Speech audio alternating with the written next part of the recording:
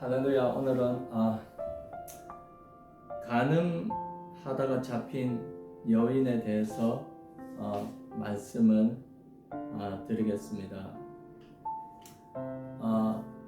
예수님 아침에 성전으로 들어가셨습니다. 2절입니다.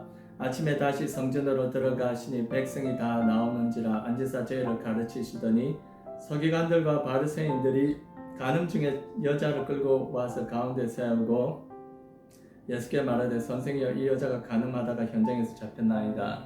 이 서기관과 바리새인들이 간음한 죄를 지은 여자를 현장에서 잡아서 예수님께 끌고 와서 예수님을 시험하는 거죠.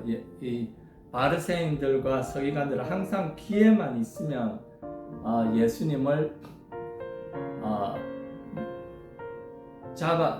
예수님을 항상 문제를 일으키려고 예수님이 자꾸 안식일에 사람들을 고치고 또 하나님의 아들이라고 자꾸 주장하고 기적을 일으키고 병자들을 치료하고 하니까 이 사람들이 질투가 나서 예수님을 쓰러뜨리려고 예수님의 그 사역들을 무너뜨리려고 시험하려고 아주 어려운 문제를 가지고 예수님께로 왔습니다. 현장 중에 간음하다가 잡힌 여자를 데리고 예수님께 왔습니다. 그리고 말합니다. 5절입니다. 모세는 율법에 이러한 여자를 돌로 치라 명하였거든 선생은 어떻게 하겠나이까. 율법에서는 간음하다가 잡힌 여자를 돌로 치라고 말하고 있습니다. 율법에서는 여자뿐만 아니라 간음한 남자도 돌로 쳐 죽이라고 말씀하고 있습니다. 이 말씀은 신명기에 있죠.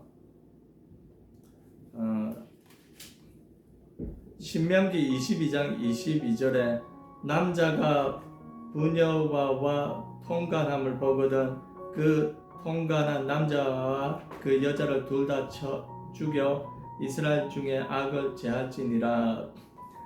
둘 다 간음하면 둘 다 돌로 쳐 죽이라고 율법의 신명기에 말씀하고 있습니다. 근데 이 바리새인들과 서기관들이 불쌍한 여자, 힘없는 여자만 잡아가지고 예수님께 데리고 와가지고 율법에서는 이런 사람을 돌로 쳐 죽이라고 하는데 우리는 어떻게 할까요? 아주 어려운 문제를 가지고 예수님께 와서 예수님을 시험하였습니다.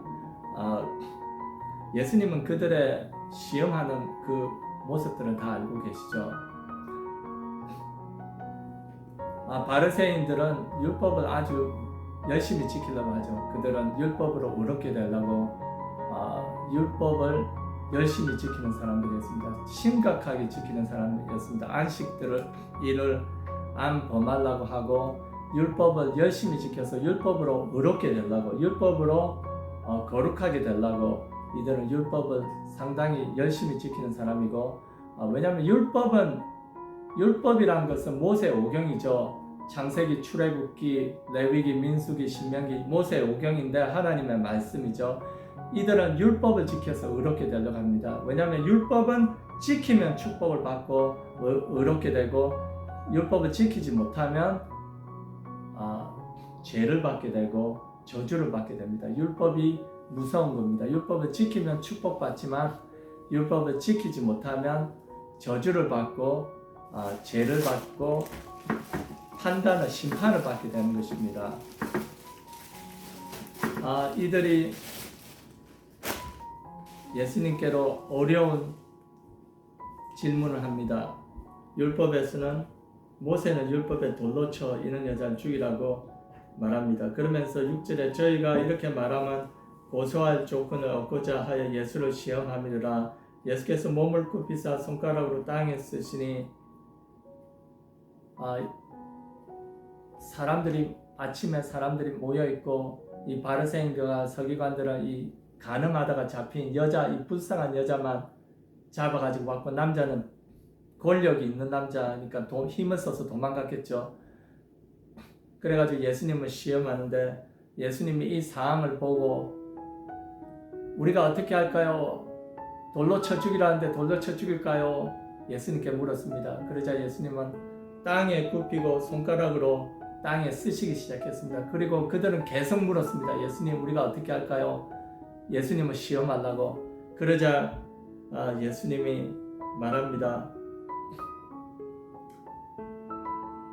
죄 없는 자가 먼저 돌을 치라고 던지라고 말합니다. 그러자 그들이 양심의 가책을 느껴서 하나 둘씩 돌멩이를 들고 있다가 돌멩이를 던지고 그 자리를 떠났습니다. 예수님은 그들의 질문에 그냥 조용히 땅에 앉아서 그릇을 손가락으로 흙에 그냥 쓰셨습니다. 무엇을 땅에 쓰셨을까요? 성경은 말해주지 않습니다. 예수님이 몸을 굽혀서 손가락으로 땅에 뭐 썼다고 했는데 성경은 예수님이 무엇을 썼는지 가르쳐 주지는 않습니다. 그러나 이 주석들을 보면 뭐 이것을 썼을 것이다, 저것을 썼을 것이다. 어떤 주석 학자는 예수님의 마음이 너무 아파서 예수님이 너무 마음이 괴로워서 이 제약된 모습의 사람들, 이 여자를 죽이려고 하는 이 사람들의 나쁜 본성 때문에 예수님 그냥 슬퍼서 그들과 눈을 마주치기 싫어서 땅에 굽히고 글을 썼다고 말하는 사람도 있고, 또 어떤 사람은 땅에 예수님이 십계명을 썼을 것이다. 십계명 아시죠? 여러분 모세 돌판에 그 하나님이 주신 그 십계명 아시죠? 십계명은 땅에 썼을 것이라고 말하는 학자도 있고, 또 어떤 학자들은 그 땅에다가 사람들의 모든 죄를 다 썼을 것이다. 거기 서 있는 사람들의 죄를 다 썼을 것이라고 말하는 사람도 있습니다. 우리가 정확히 예수님이 땅에 무엇을 썼는지는 알지 못합니다. 그러나 사람들은 그 죄 없는 자가 먼저 돌을 던지라고 말하는 그 순간에 그들이 죄책감을 느끼고 다 하나 둘씩 돌을 놔두고 다 흩어졌습니다. 아마도 그들이 양심의 가책을 느꼈습니다. 그들이 다 죄인이기 때문입니다. 그들이 만약 돌을 들어서 이 가늠한 여자를 돌로 쳐 죽였다면 예수님이 돌을 들어서 그 돌 던진 사람들을 다 쳐서 죽였을 것입니다. 왜냐하면 예수님은 죄 없는 사람이기 때문입니다. 죄 없는 사람만 이 여자를 돌로 쳐 죽일 수 있습니다. 예수님만이 이 여자를 돌로 쳐 죽일 수 있습니다. 예수님만이 죄가 없기 때문입니다. 사람들은 다 죄가 있기 때문에 양심의 가책을 느껴서 그 여자를 놔두고 그냥 갔습니다. 만약 그들이 한 명이라도 돌을 던져서 그 여자에게 돌을 던졌다면 예수님도 돌을 그 던진 자에게 던졌을 것입니다. 자기들도 돌에 맞아 죽어야 되거든요. 자기들도 죄가 있기 때문에. 예수님만이 죄가 없으신 분입니다. 그래서 예수님만이 실제로는 돌을 던져서 이 여자를 죽일 수 있습니다. 그러나 예수님은 이 여자를 용서해 주시죠. 이 여자의 죄를. 그리고 사람들도 자기들이 죄인인지 다 알기 때문에 양심의 가책을 느끼고 그 자리를 하나 둘씩 떠났습니다. 예수님은 용서를 해주셨죠. 율법은 지키면 축복을 받지만 율법은 지키지 못하면 저주를 받습니다. 심판을 받습니다.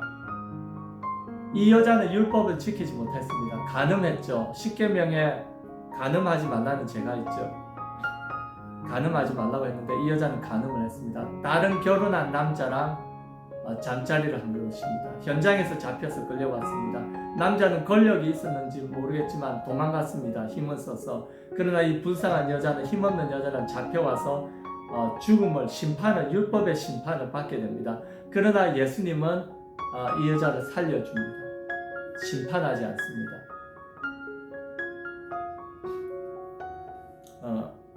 예수님이 말씀하십니다. 예수께서 일어나서 여자 외에 아무도 없는 것을 보시고 이르실 때, 여자야, 너를 고소하던 그들이 어디 있느냐? 너를 정죄한 자가 없느냐? 대답하되 주여 없나이다. 예수께서 가라사대 나도 너를 정죄하지 아니하노니 가서 다시는 죄를 범치 말라 하시니라. 나도 너를 심판하지 않는다. 나도 너를 정죄하지 않으니 다시는 이런 간음죄, 다시는 다른 죄들을 짓지 마라. 내가 너를 용서한다고 말씀하십니다. 하나님의 아들이 그의 죄를 용서해 주었습니다. 에덴 동산 중앙에는 두 가지 나무가 있었습니다. 창세기 한번 볼까요? 창세기 2장 9절. 창세기 2장 9절입니다. 창세기 2장 9절입니다. 창세기 2장 9절입니다. 여호와 하나님이 그 땅에서 보기에 아름답고 먹기에 좋은 나무가 나게 하시니 동산 가운데에는 생명나무와 선악을 알게 하는 나무도 있더라. 그래서 에덴 동산의 중앙에는 선악과를 알게 하는 나무도 있고 생명나무도 있었습니다. 두 가지 나무가 있죠. 근데 하나님이 아담과 하와에게 선악과는 먹지 말라고 했습니다. 선악과를 먹는 날에는 너희가 죽을 것이라고 했습니다. 그리고 생명나무에 대해서는 하나님이 아무 말씀도 하시지 않았습니다. 이 두 가지 나무는 상징하는 것이죠. 선악과는 율법을 상징하는 것이고 생명나무는 예수 그리스도를 상징하는 것이죠. 선악과를 먹지 마라. 율법을 범하면 너희가 죽을 것이다. 율법을 지키면 너희가 축복을 받을 것이고 선악과를 먹지 않으면 너희가 계속 축복을 받을 것이고 선악과를 먹으면 죽으리라. 율법을 지키면 축복받고 율법을 지키지 못하면 너희가 죽으리라. 선악과는 율법을 상징하는 거죠. 그러나 생명나무 예수 그리스도를 상징합니다. 생명을 주기 때문에 예수 그리스도를 상징합니다. 예수님은 율법은 첫 번째 언약이죠. 모세를 통하여서 시내산에서 십계명을 주고 율법을 주었습니다. 첫 번째 언약이죠. 그러나 사람들이 이 율법을 지키지 못하고 자꾸 죄를 지으니까 마지막 날에는 하나님이 자기의 아들 독생자를 이 땅에 보내셔서 율법을 지킴으로써 의롭게 되는 것이 아니라 누구든지 예수 그리스도를 믿으면 의롭게 되는 것이죠. 요한복음 3장 16절에 하나님이 세상을 이처럼 사랑하사 독생자를 주셨으니 이는 저를 믿는 자마다 멸망치 않고 영생을 얻게 하려 하심이니라. 이제는 의롭게 되는 것이 제사함 받는 것이 예수님의 보혈로 제사함 받고 의롭게 되는 것이 율법을 지킴으로써 의롭게 되는 것이 아니라 예수님을 믿고 제사함 받아서 의롭게 되는 것입니다. 구원은 하나님의 선물이죠. 은혜죠. 구원은 은혜입니다. 우리가 열심히 해서 구원을 얻는 것이 아니라 예수 그리스도의 십자가의 그 사건으로 인해서 그의 피가 우리의 죄를 다 씻어주기 때문에 우리가 구원을 얻는 것이죠. 하나님의 선물입니다. 구원은. 예배소서에서 이런 말씀을 하고 계십니다. 예배소서 2장 8절입니다. 2장 8절입니다. 너희가 그 은혜를 인하여 믿음으로 말미암아 구원을 얻었나니 이것이 너희에게서 난 것이 아니요 하나님의 선물이라. 행위에서 난 것이 아니니 이는 누구든지 자랑치 못하게 함이니라. 하나님의 선물이라. 구원은 하나님의 선물이라. 은혜죠. 은혜란 단어는 내가 얻을 자격이 없는데 하나님이 그냥 공짜로 주신다는 것이죠. 내가 부족한데 하나님이 베풀어 주신다는 것이죠. 내가 한 것도 없는데 내 행위로 아니고 예수님의 행위로 인하여서 우리가 구원을 받게 되는 것이죠. 구원은 하나님의 선물입니다. 누구든지 예수 그리스도를 믿게 되면 제사함 받고 구원을 받게 되는 것입니다. 율법으로 의롭게 되는 것이 아니라 율법을 지킴으로써 의롭게 되는 것이 아니라 예수 그리스도를 믿음으로써 의롭게 되는 것입니다. 예수님은 이 땅에 오셔서 율법의 저주에서 우리를 구원하셨습니다. 율법을 지킬 수 있는 사람들이 누가 있겠습니까? 다 죄를 짓죠. 그래서 예수님이 이 땅에 오셔서 우리를 위해서 십자가에 못 박혀 돌아가셔서 우리를 율법의 저주에서 우리를 속량하셨습니다. 갈라디아서 3장 13절입니다. 그리스도께서 우리를 위하여 저주를 받은 바 되사 율법의 저주에서 우리를 속량하셨으니 기록된 바 나무에 달린 자마다 저주 아래 있는 자라 하였음이니라. 이는 그리스도 예수 안에서 아브라함의 복이 이방인에게 미치게 하고 또 우리로 하여금 믿음으로 말미암아 성령의 약속을 받게 하려 함이니라.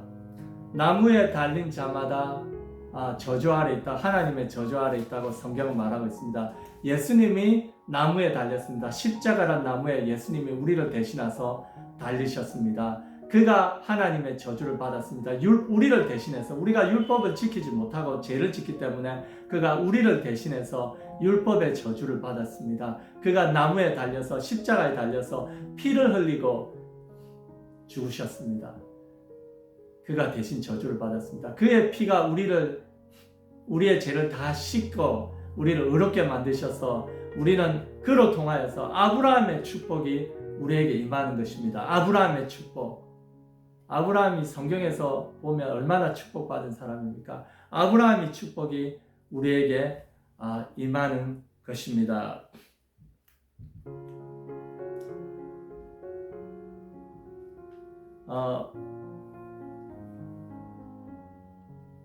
예수님은 십자가에 못 박히셨습니다. 우리의 죄를 위해서 돌아가셨습니다.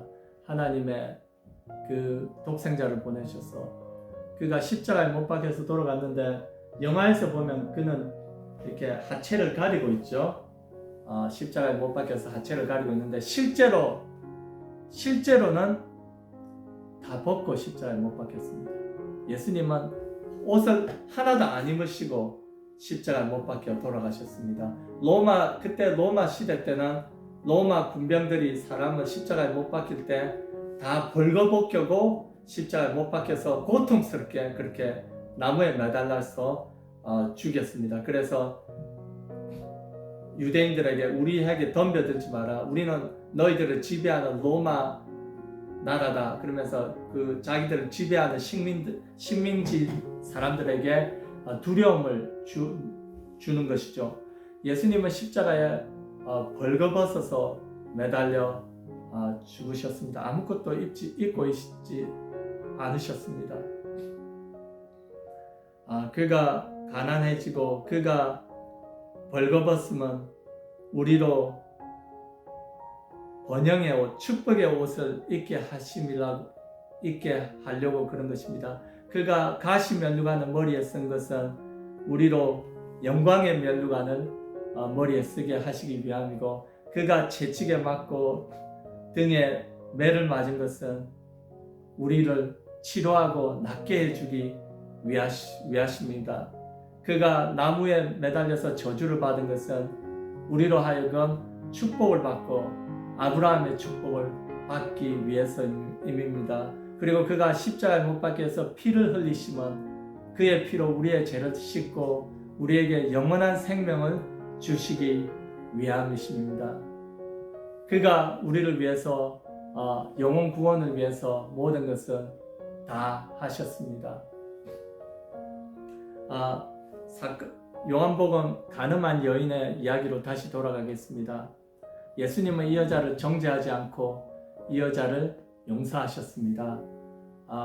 율법은 정죄하고 심판합니다. 율법을 범하면 정죄하고 심판하고, 범하면 저주가 있고 심판이 있습니다. 그러나 예수님은 오셔서 이 가늠한 여인 죄인들을 다 용서하시고 그의 피로 의지하여서 생명을 주시고 용서를 주시고 구원을 주시는 것이죠. 이 여자에게도 또 예수님이 용서하시고 은혜를 베풀어 주었습니다. 구원은 하나님의 은혜입니다. 용서는 하나님의 은혜입니다. 예수님의 보혈로 우리는 죄에서 용서를 받고 영원한 생명을 얻게 되는 것입니다. 예수님의 보혈로 또 우리는 치료를 받고 자유함을 누리고 구원을 받게 되는 것입니다.